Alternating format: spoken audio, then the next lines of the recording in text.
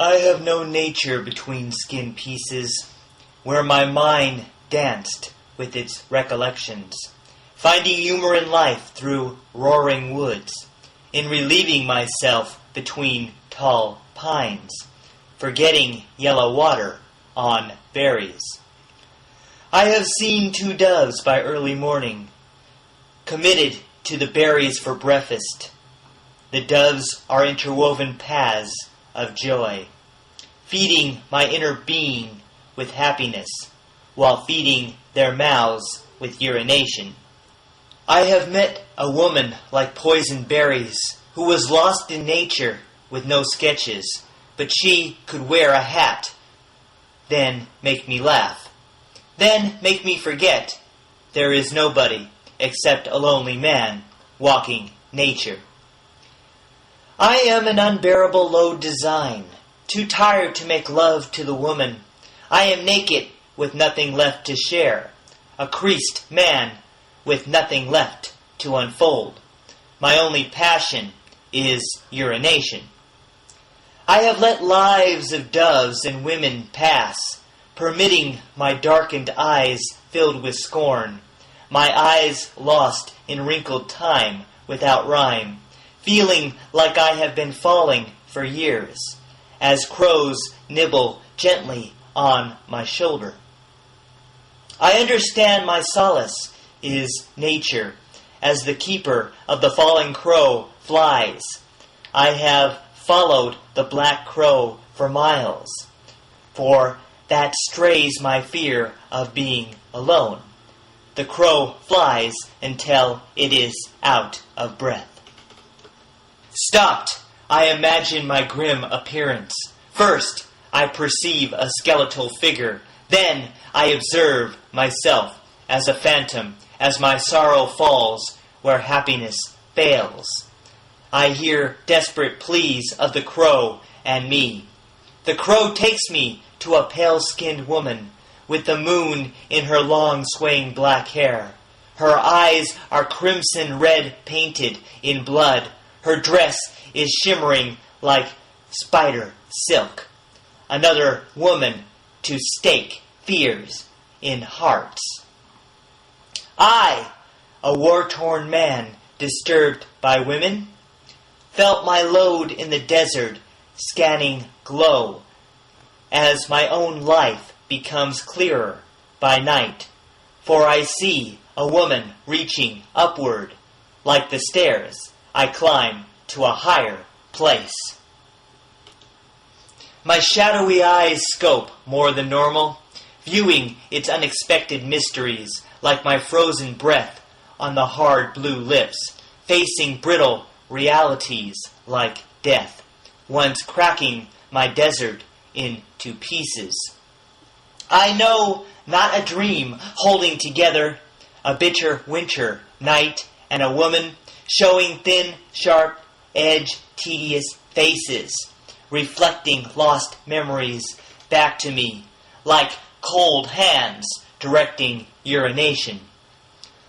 All women grip hearts until surrendered inside the coldest season of the year by darkening the surface of the brain, warm states of affection, then excitement in huddled firesides where shadows sit. I have lived stories of women and crows found in laughter and its endless trails, beyond that colder place a man can hide, deeper than the dwell of a dove or crow, scattered out by my life, lived by nature. Women have the magic touch like nature, where life and death is writ upon my hands, each trickle through me like a thin stream flow, never knowing where the water will drop. As the moments pass, new ones will begin. Her compassed wind is brought forth from the north, waiting within my compass point of east, living disgrace like a social outcast, cursing blasphemous oath, malevolent appeals to be alone. I look inside myself to curse my fate, while wishing to become one richer by hope, to enclose what the crow and dove possess, desiring the art of a woman, not content by solitude or nature. The thoughts of crows and doves are despising, as women are regarded with loathing, while both are subjugated to deserts, where love and earth leave no vegetation, with the erratic hatred such days bring. Once I scorned to change my state with women, pondering basic concepts of freedom, then the spear of existence by loving, instead of casualties eating berries alone by restraint and resignation. I, a freehand drawer as life appears, draw to progress me past the unclothed tears, where my wildness is contemptible, not domesticated a homestead, not cultivated for berries or love.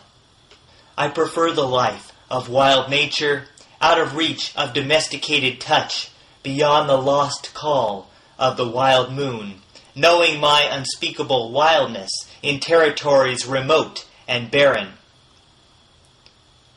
The incarnate walk alone then will dance with the eternal flame of solitude, smothering inner darkness of shadows. Empty hollows fill with silence clinging, like the dreams where danger and breath appear. I dwell in the secret place, abiding under a darkened shape on the surface, unconcerned about past or future greed, granted without foresight to desire, possessed with no murderous hate or lust. I seek that striking roof to urinate. This is my chief desire by deserts, discharging its lodged presence by self-love, that beauty greater than women or doves. The desert is the space I find myself. Awake and responsive to stimuli, I am offered a new view of doves and crows, if I choose to look with conscious effort, then consider them with significance, then fleeing from what I do not want seen. I have looked in the eyes of a woman, reflecting the profound conversations, feigned behavior, then unwarranted claims, never letting go of desert stations. All displays of affections were pretense. My insincere mind says, do not look back to gaze disappearing realities, for the past is temptation. Set it free. All in past should be eradicated. In the desert ahead, the future lies. Sudden wonders are yet to come softly, for the dream of women has come and gone, as the desert burdens on with berries. The dreams of doves and crows are back in space, reversed, then elapsed in time intervals.